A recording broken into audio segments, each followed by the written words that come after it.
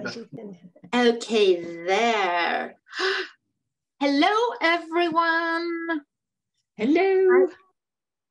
Hi, Angie. It's so good to see you. It's so good to see everyone here. We have like 38 participants entering at one point. And I see the chat going. One moment, I'll just make sure that I actually see the chat. Now I can see the chat as well. Super cool to get to do this. Thank you everyone for joining, and thank you so much, Angie, for joining in this, for me, evening chat, for you afternoon. Huh? Yeah. What time is it? Where are you, and what time is it? I'm in Eastern time zone, US, so it's 3 o'clock here. 3 p.m. All right. And last time you and I met, we were in Washington, D.C. Yes. And it was March. Yeah. Yes. I honestly can't think that far back, but I'm going to say yes. That's what I was going to say. Doesn't it feel like a very long time ago? Yes. Very much so. We were in a bit of a conversation back then, and we have been bouncing a little bit back and forth over email since. So yes. I'm thinking we should just sort of dive right into our conversation, because this evening is going to be kind of short and sweet, right? Yep. Do you want me to basically start with what my question was for you that sort of started this whole thing? Yes, please. That would be awesome. So, and this was, just remind me, this was at the husbandry panel, correct? Yes. So I have done some start button work. Where I came from was the Control Unleashed world. So Leslie McDevitt's protocols that involved start buttons was where I first got introduced to this concept. And I had experimented a little bit with cooperative care with some of my students. And I found that it was a very different kettle of fish. Doing it for cooperative care versus doing it for a very structured procedure that was always the same. And so one of the things that I was struggling with is we would hit plateaus. So we would, let's say we were doing nail trims, and we would start with just touching the dog, and then we would move on to maybe touching the paws, and we would kind of halt at that point because essentially the dog would stop saying yes. And I was sort of struggling with balancing, how do we start to add in some variety so we don't land at a certain point and the dog is like, this is what it means. I do a chin rest and you touch my paw and that's it. We're done. You're not doing anything else.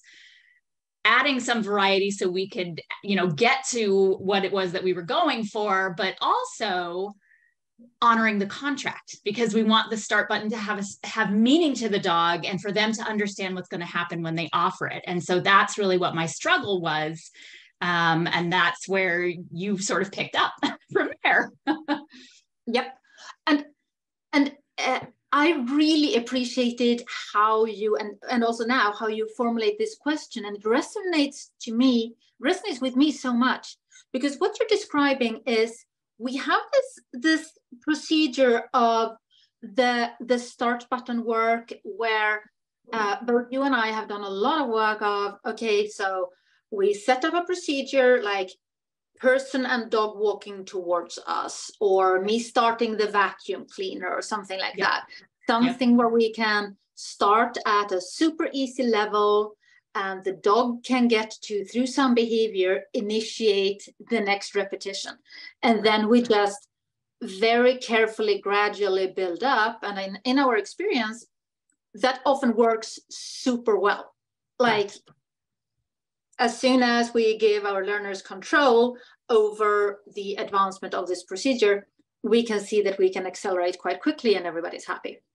And then exactly like you're describing, when we do similar, and I come from the same background as you here, in that trying to do the cooperative care with more set behaviors, the typical version being like a chin rest, having, okay, when you do your chin rest, I start moving. If you say stop, I stop. You do the chin rest, I move a little bit, I reinforce. And then just like you're describing, it's so common that we hit plateaus. And my thinking in this goes back to my old days as an agility trainer as well, where we would see similar phenomena. So this idea that if we do things just linearly but carefully, if we do it carefully enough and listen enough to our learner and reinforce, like make it worthwhile, then everything will be smooth sailing. It's so easy to hit those plateaus. We become more and more careful. The learner becomes more and more careful. And especially when it's something that we find is really important to make progress with, like it typically is with the cooperative care behaviors, then there is such a high risk that we push it just a little too far. Not so far that we see any big signs of discomfort, but I do find that it seems to be easy to slip down the slippery slope of you're staying with me and you're opting in again. And we miss looking for like happy, excited, you know, the wiggliness and the bounciness and the yay, I'm here, and the moving and the looseness of the body. And I think that comes together with partly if we work on behavior that is very still, such as a chin rest is. It's like, it's almost like we're shaping tense behavior at the same time. And then if we are moving like linearly, making it more and more difficult, then of course we will hit a plateau. So my go-to solution would be to go from many different angles and work on like movement more, a lot more movement. And maybe even relax on the start button thinking a bit, like have that as one tool for sure, but not as the always go-to. Especially the ones that is like the duration behavior. And I love that idea of training to, you know, finding the joy. Julie Daniels had mentioned something similar about training to demand, not just that the dog is tolerating something, but the dog is demanding that you do it. And I love that concept. But I know I said to you, like, I'm struggling to find the joy in nail trims. So it's like, that's, you know, how do we make that fun? And I have done some things where for dogs that did find the chin rest almost punitive, like either, you know, that position or the handling, we built in some like play. So like they would come and do the chin rest and then we would release to do like tugging and stuff. But I think it's probably going to be a little more nuanced than that. And so I'm just very excited to see how you would approach this and how you do these things. Have you been doing anything since we spoke at Expo? Have you been doing any experiments of sorts? I haven't actually. So I sort of, after Expo, sort of backed off doing the cooperative care and focused more on the stuff that I felt really confident on. And I was sort of, for those that I have been working with me, we've continued on those things, but I haven't started taking, you know, new people and starting fresh with this.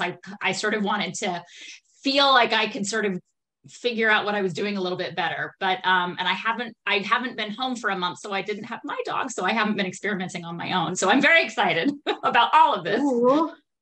So one image that I have found helpful for myself is to think of the procedure as not one procedure, but a lot of different aspects. I often like, I can draw it like a sun with a lot of rays, where, okay, so what's included in the nail trim? Well, there's a bunch of different stimuli. It's the visual object. It's what my position, how my hands are moving. It's the sound. It might be vibration if I'm working with like a Dremel. It might be the location we're in. There can be a lot of variation on that. Yep. And it can be the position of the dog. And it can be where on the dog we are moving toward and touching. Because it's so easy to get hung up with nail trims having to do with the nails. Right. And they don't, right? We can do nail trim practice if we're practicing some aspect like me fixating with my eyes so that I can see clearly. I don't have to do that on a paw while the dog is sitting or laying still. Right. I can do that on the dog's tail as the dog is preparing to run after a toy. So just playing around with isolating those different aspects and working with them a little bit one at a time. There's no need to cover everything. But if I draw that image of the sun and pick out a few ones, then I can find, okay, here are some really easy ones. And here are some that seems to be more tricky. Well, get going with the simple ones. And like, so that we don't settle for it works okay, but rather, okay, I want you to be super enthusiastic about this. So if I'm like, well, but my dog is happy, like he doesn't care if I'm staring at his tail. He's fine with that. And I'm like, awesome, he's fine. Can we now make that a cue for happy, excited behavior? Or a cue for, ooh, gooey, relaxed, cuddly behavior? Just like turn it into a part of a cue for something that's not just, yeah, I'm fine. Right. But rather, yes, I'm really enjoying this. Right. Yeah, that totally makes sense. And it involves taking the pressure of us. Because it's like with the cooperative care, it's almost like we're aiming for the championship before we even started practicing a new sport. Yeah. It's like, I'm going to start practicing this new sport and I'm going to be at championship level next week. It's so interesting to hear you talk about that, Eva, because I think one of the reasons that I felt like overconfident about this was because of what I had done with my dogs.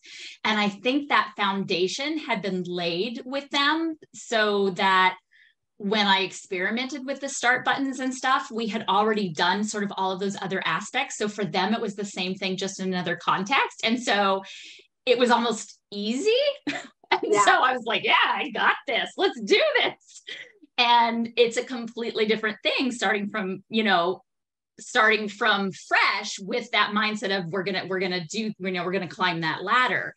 But hearing you talking about that, it sort of gives me insight into why it probably worked as well as it did when I was experimenting on my own because of all of those other things that we had done previously. Yeah. That is so interesting. And I see a comment in the chat of Heather saying, love the idea of moving the visual focus to an easier area and easier time.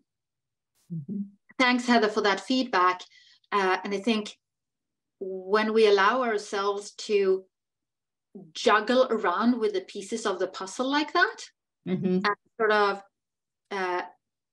take it away from this is the end goal, this is what I want to do, so everything has to approximate that sort of linearly, that opens up a whole different game for us. Yeah, and it's always more fun when it is a game as opposed to a procedure. Yeah. And I think I see this, it seems to be a really common sort of trap that we end up in, as positive reinforcement trainers with quite a lot of experience, maybe with procedures or protocols that are for fun, that are like not vital that we get them done next week or next month. It's like, at least I remember for me, I didn't really have the repertoire for myself of how to navigate this. There is pressure here. This needs to be done. And at the same time, be my best happy-go-lucky playing around with it trainer. Right. So that's and that's for me, it seems to be a little bit of a constant. I've gotten a whole lot better at it and built a lot more skills, but under pressure, I still need to be aware of, okay, am I zooming into this sort of not so happy-go-lucky competition mode, or am I at my most like open and creative still? Right. Like that serious, okay, this is what we're doing, versus the fun playing with your dog and interacting and having fun. You know, we're just experimenting and having fun. And yeah. And in all my training, I'm a big fan of doing not only one protocol or one procedure for one training goal, but actually start from many different ends or many different perspectives and building toward the same goal. And I think one reason for that is that if I then mess up my training along one path, I can always just take a break from that and work on one of the other paths instead. Yep. Yeah. And, you know, it's just so interesting. It's like, well, I do that in other contexts, you know, like you take it apart and it's like, okay, this is the sound piece and this is the visual piece and this is the, you know, touching and all those sorts of things. But I just never thought of it from this aspect. Yeah. And I'm guessing that might come with the fact that we have this deadline that is a little bit too close to us, and this level of importance that feels a little bit too close. Right. Absolutely. But I'm guessing also that one of my go-tos, both when teaching and when training for myself, is to make sure I have some kind of back door. That means that if I don't meet my deadline, if I'm not prepared enough on when something needs to be done, that I have prepared myself at least, and hopefully also my animal, but minimally I need to have prepared myself for, okay, what do we do if something needs to be done in 5 minutes or tomorrow or next week? And we are not where I would want to be with our training. And I think we need to have a lot of discussions and a lot of like sharing on what might that look like when, I mean, it's excellent. I love that we're sharing all the success stories and all the cool things that we can do, because so often we can accomplish amazing things in fairly short time, and we can navigate like not having to stress our animals out to get things done. Right. But to also allow myself to go, okay, you know what? We needed to do that, and it wasn't that pretty. Like just the other day, we were deworming a few goats, and the training wasn't up to par to where we could do the deworming voluntarily, but the training was up to par so that we could recover more quickly, and so that the stress of the actual deworming was minimized. And then we had like techniques built for that as well, with like navigating, okay, how can we do this in a minimally stressful way in the moment, but also how can we minimize how much this will affect the future. And then at the same time be okay with, we make a withdrawal here. Sure, we're trainers, we can get back, we can compensate. Right. Absolutely. That makes a whole lot of sense. So that it doesn't feel like such a huge setback or failure for us. Right. Fallout. Well, exactly. It's like the universe keeps moving. Yeah. It'll like, it will not fall apart due to this, whatever it was that happened that I would have liked to see differently. And like practically, I often end up using some kind of warning system so that both the learner and the teacher can differentiate between which is the happy, excited, relaxed, voluntary, free to opt out training. Yep. And which is, okay, now there is negative reinforcement or forced component into us actually getting to do this. Right.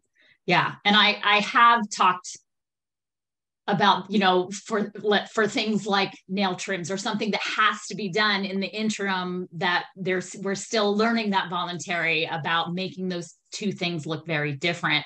But I like that idea of also having something that specifically tells the learner, this is one of those times. And I had just sort of had them use a lot of context cues. So maybe it happens in a different location, or we're using different instruments, or the setup looks different, or the management. So it does differentiate between those. You have the opt-out option versus we just need to get this done. But I like that additional thing. And I will say that I had, like, a lot of my clients found that things were actually easier because they had it in their mind. That wasn't this halfway of, I really want you to say yes, but you're not. And so I'm like pleading with you to do this, when it was just sort of a no nonsense. It actually worked so much better for not just them, but for the animal. Yes. Yes. Creating that clarity for us as trainers means there will be a lot more clarity for the learner as well, for sure. I'm going to take a quick glance in our chat window again.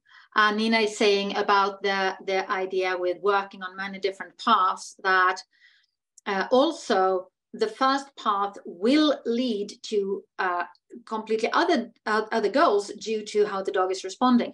And that's so true, that if we work on something like, I start over here and move toward it, I start over here and move toward it, not only will I advance in my training from many different perspectives, but I will achieve a variety of things. I will build a variety of behaviors, a variety of responses to a variety of stimuli, which gives a much broader learning, like in total, compared to if I'm just trying to build on the same linear path. So it's like I get a lot for free if I do things in a more multiple faceted way. So where are we going from here? I am curious if we have any urgent questions or any comments from our participants in the chat. Feel free to write in the chat and I'll keep looking at that. And Angie, you and I will be meeting up again. Yes. Because, absolutely. Well, first I'll have a webinar called Fun and Games with Cooperative Care on, let me get the date right, July 25th, 8 p.m. Swedish time. Malin, helper in the background, just confirmed that I got that date and time right. Will you? Okay. But I think I did. And then, Angie, you and I will be scheduling a live training session. Yes. Building on what we've been discussing today and on the future webinar. I'm so looking forward to finally get to meet your dog and yeah. He's pretty good. But I haven't even started trying with teeth brushing, so that's a great one to start from, having done no work on that with him at all. Cool. So toothbrush project. Looking forward to that. We will start from the very beginning. A very good place to start, and it will not be one beginning, but it will be multiple beginnings. Yes, absolutely. So cool. Erin is commenting on this multiple paths, curious with how this plays into what Ken Ramirez was talking about at Expo, with always adding a small variable to each training session. Yeah, I'd say it plays very well together, like the idea that doing things in variable ways constantly, like adding variations in whatever we're doing, not doing a ton of repetitions where everything looks the same, is like, I think as a general concept, super, super helpful. Yep. So then whether those variations are, we work on multiple paths to achieve the same goal, or if it is we add a variety of stimuli or settings to this one behavior that we're working on, like both of those will help us accomplish this broader, the behavior will be solid under a much broader stimulus control in much broader settings, which will be super, super helpful for us. Because like behavior is never happening in isolation. It's always like behavior under stimulus control. And if we build that stimulus control super narrow, it will be difficult to move outside. Like it will be easily interrupted when something else is happening. So by building that much broader in a systematic way is a very helpful idea. I'll also, if anybody wants to see more of variation, and I know Ken was talking about Mr. Pumpkinhead, like putting the pumpkin head on. You could also check out old posts in Chirag Patel's Facebook since the 2020 ones in the spring when we were at Teresa McKeon's place, and he was wearing different costumes on Facebook pretty much every day with the training of all the animals there. There's so many cool examples of creative use of variety. Love it.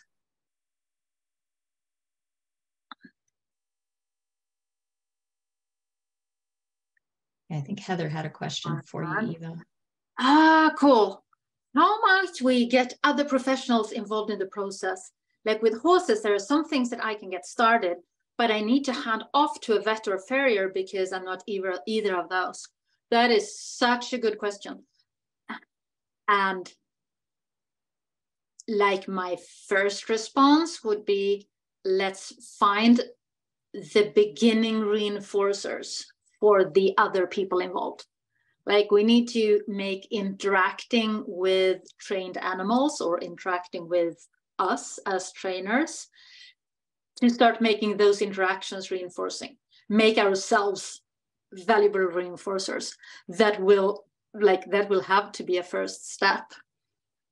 And then see it as shaping steps. Like it will not be a one-time, one try learning, most likely, of going, oh, I have been working with my horse on this behavior. Hello, veterinarian, or hello, farrier. Could you help me do this training now? But rather, let's find what can we do in our training that will be a bit helpful for them. And then they will become more and more curious of, oh, what did you do? That seemed to work well. That seemed helpful for the procedure.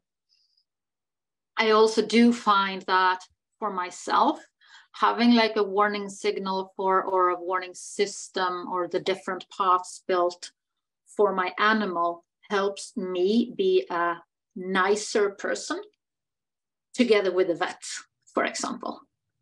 Because if I feel like they are ruining my training and I cannot communicate with them and we're not, oh, I'm getting stressed, then I'm probably not the most reinforcing person to interact with. So like finding reinforcers for the people from the different communities is a huge thing. It's so exciting to follow along with this in Sweden now, where we are seeing a lot of people of different professions coming together more and more. And one of the comments I'm frequently getting from different vets is that it's so nice to now be more appreciated. Like that they hear that we appreciate what they're doing. They're not hearing, oh no, the vets are always bad to the dogs.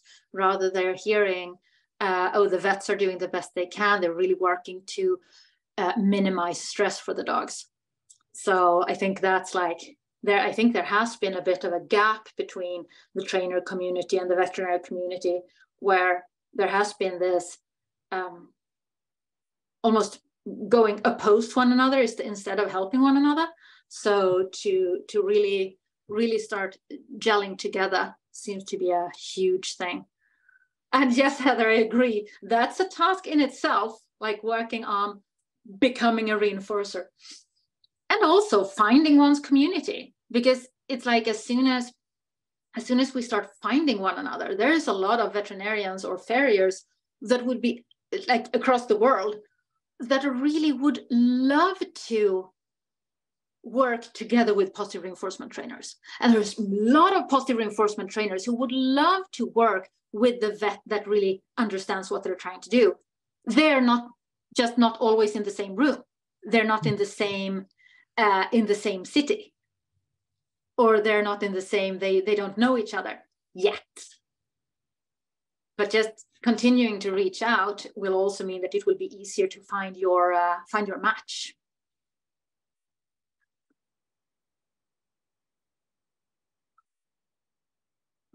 Annette from our my Swedish membership group is saying, loving this and cannot get enough of it. We're still in the process with Peace Nails, but we are enjoying the process and the work together. We do work together on it. Thanks, Annette. And I think that's a brilliant, I guess, place for us to stop tonight, of finding the enjoyment in doing the work together, both like us and our animal, us together, us and other professions. Yep. Cooperative, also in that sense. So cool. So all right. Yeah.